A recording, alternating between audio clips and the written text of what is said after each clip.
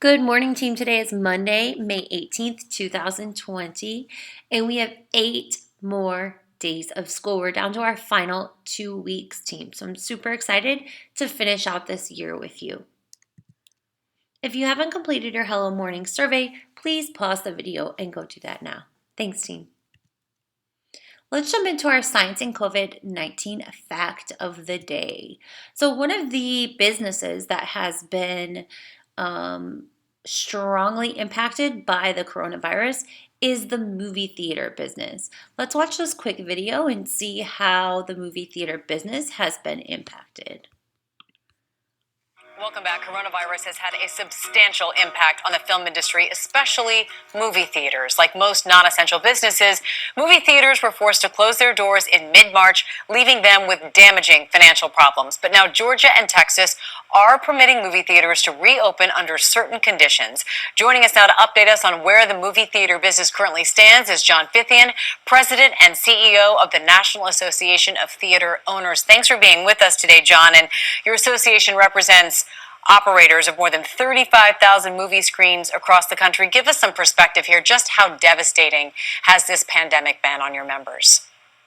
Well, in 120 years of movies being in our cinemas, we've never had to shut down like this before. We've been through wars, with natural disasters, depressions, but this pandemic shut us down entirely all across the country and indeed all across the world. And so we went from an industry making $40 billion a year to zero overnight. So it's been very, very challenging, both for our operators and for our employees. What is the timeline for movie theaters across the country to open back up? And are your members even opening up in states that now allow them? Georgia, Texas, we mentioned. Right, two really good questions. So for the timeline, we are working very closely with governors, with health officials, with the CDC, on taking the appropriate steps to open up carefully and safely, and that depends on the regions of the country and the prevalence of the virus. So the time frame is probably we're up and running by mid to late June, with some very big movies coming out in July. The early openings in Texas and Georgia are just a handful of cinemas in very limited locations, and we're watching those locations very closely to see how they accommodate the social distancing requirements and the other safety protocols as we begin to slowly and carefully ramp up toward July. Right, and the big question, obviously, I love the movie theater experience. I think most people do, but the big question is safety. How will movie theaters keep their customers safe? Right, so we've got a whole task force of experts working on that exact question all the time. And we're looking at social distancing protocols. We're looking at reduced capacities in auditoriums. We're looking at alternating our show times so that we reduce the size of the crowds in the lobbies, and of course, social distancing as people go to pick up their concessions. As little human touch as possible, advanced ticketing, so that we can really get people into a safe environment where they can still enjoy the movies while taking care of their health. All right, well, there is a lot to be done, but certainly everyone is hopeful that it will happen soon and safely. John, thank you so much for joining us today. We certainly appreciate it. We wish you the best. Okay, so we know that the coronavirus has caused movie theaters to slow down or shut down, and we know that some of them are starting to reopen. So my question for you today, I want you to go to this post in Google Classroom and answer the question. Do you think you will feel safe returning to the movie theaters? Do you think that the movie theater business will actually survive the long-term impacts of the coronavirus? Go.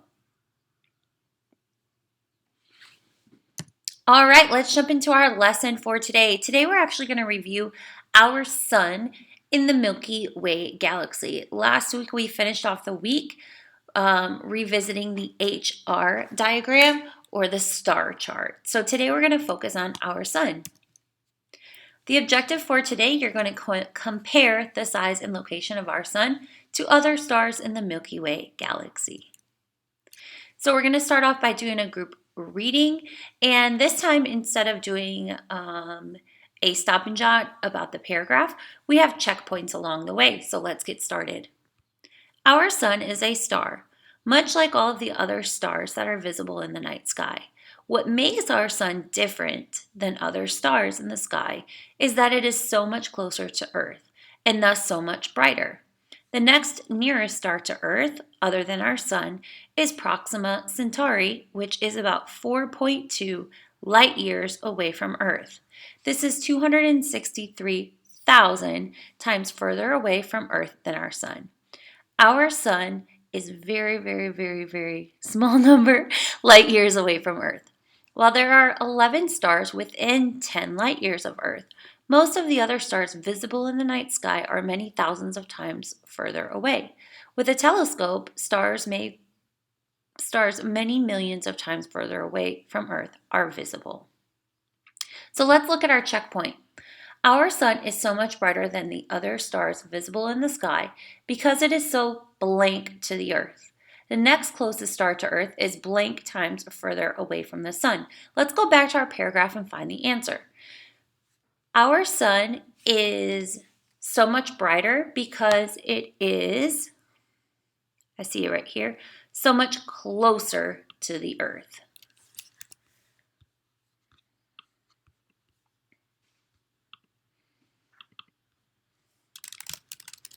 So I'm going to type that answer in. It is so much closer to the Earth. The next closest star is, remember, the passage showed us it was Proxima Centauri, which is about 4.2 light years away. This is 263,000 times further away than our sun. So I can fill that question in over here.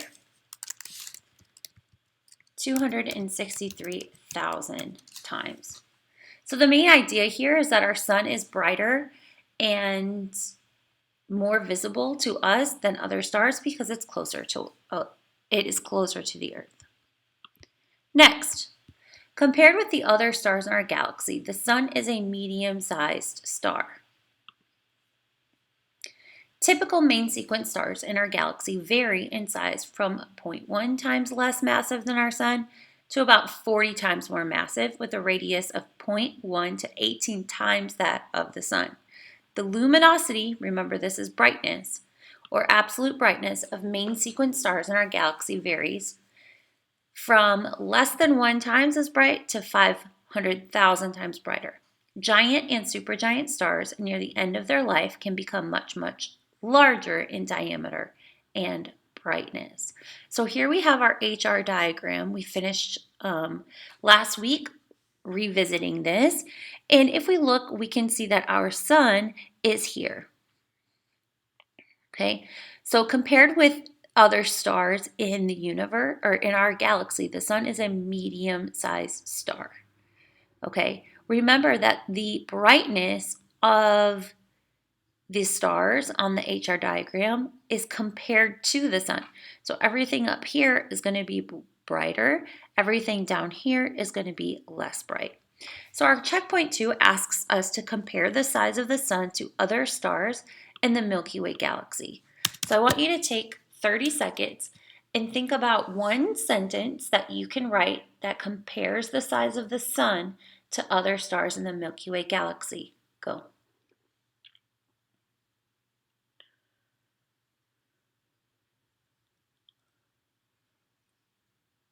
Great team.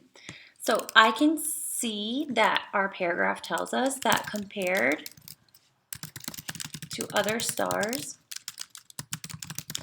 in the Milky Way galaxy, our sun is a medium-sized star. Perfect. Let's go on. Our sun is expected to have a total lifespan of about 10 billion years. It is currently about 4.6 billion years old, in the middle of its main sequence phase of life. During this phase, it fuses. Remember, fusion is where the atoms fuse together and turn into something else. Okay, all of that energy is moving around so fast and it brings them together. It fuses hydrogen into helium in its core with a temperature of about 15 million degrees Celsius. When all of its hydrogen has been fused into helium, the fusion process will temporarily stop and the sun will begin to collapse under the force of gravity. This compression at the core will increase the temperature. When the core temperature reaches about 100 million degrees Celsius, the fusion of helium will begin. So there's a change. It started fusing hydrogen, but when it gets big enough, it starts fusing helium. And the sun will expand to become a red giant. Once all of the helium has been fused to carbon, the sun will collapse into a white dwarf, a very hot glowing ball of carbon. Eventually, the sun will finally cool into a black dwarf. So let's check out our checkpoints here. Our sun is currently about how many billion years old? I can see over here it says 4.6. And is expected to have a total lifespan of about 10 billion years. So it's about halfway through its lifespan. During the main sequence of a star's life, it fuses what? It fuses hydrogen into helium.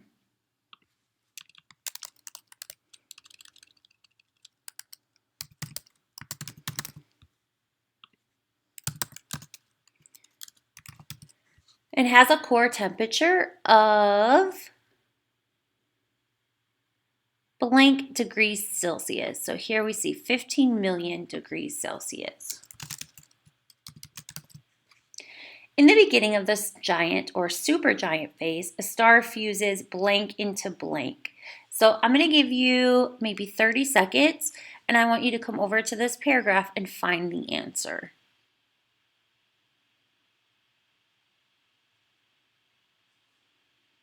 So you can look in this bottom part here.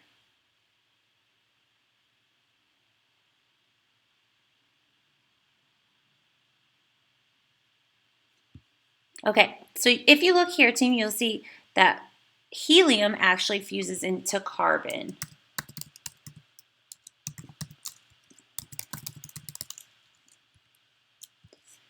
And the core temperature goes to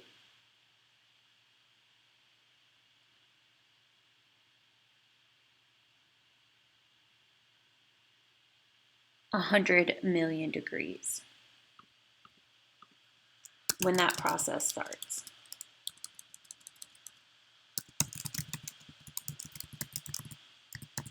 So you can see that as the star expands, the temperature is increasing.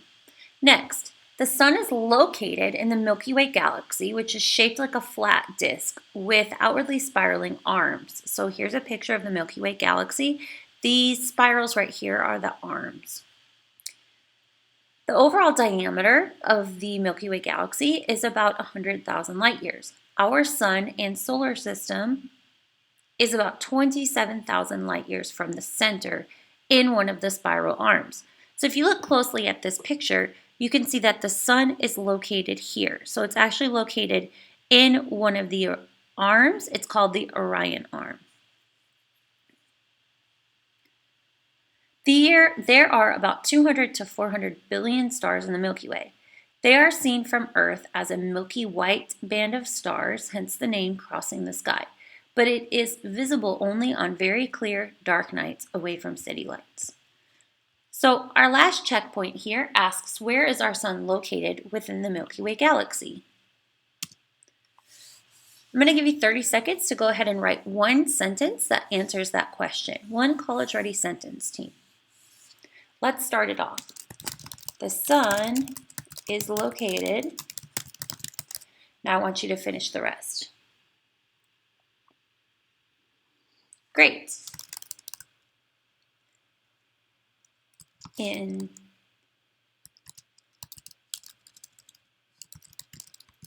one of the spiral arms.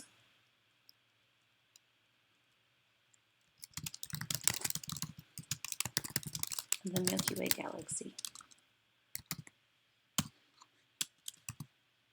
Perfect. So we see this bright light in the middle of the galaxy and we automatically think that's the sun. It's actually not, okay? In the center of our galaxy, there's like a lot of stars clustered around a black hole. So our sun is actually over here on the arm. Now let's look at a star practice question. Let's use our Ruby strategies. So remember, R is that we're going to read it twice. U, we're going to underline and understand the question being asked.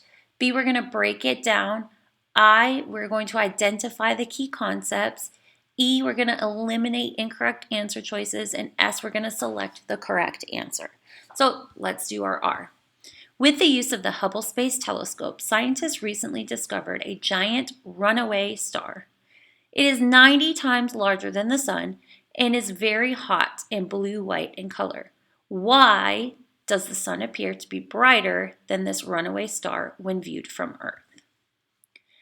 Now, let's figure out what our key ideas are here. So we know that scientists use a telescope. They recently discovered a star that is bigger and very hot and blue-white in color. We want to know, why does the sun appear to be brighter than this star when viewed from Earth? So we know that it's very hot. We know that it's very bright. We know that it's larger than the sun, but yet still the sun appears to be brighter. So let's look at our answer choices. The sun is a different color than the runaway star. So our sun is a yellow star, and the runaway star is blue-white. So this statement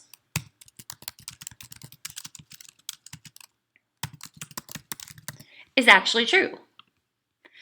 G, the sun is older than the runaway star.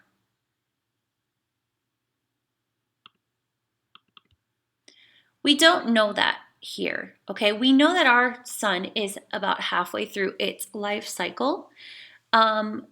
This says that this star is 90 times larger and is very hot and blue-white. So based on the information provided here, this doesn't really answer the question. So I'm going to know right away that this is not my correct answer choice. H, the sun is closer to Earth than the runaway star. We know that the sun is the closest star to Earth, which is why it appears so large.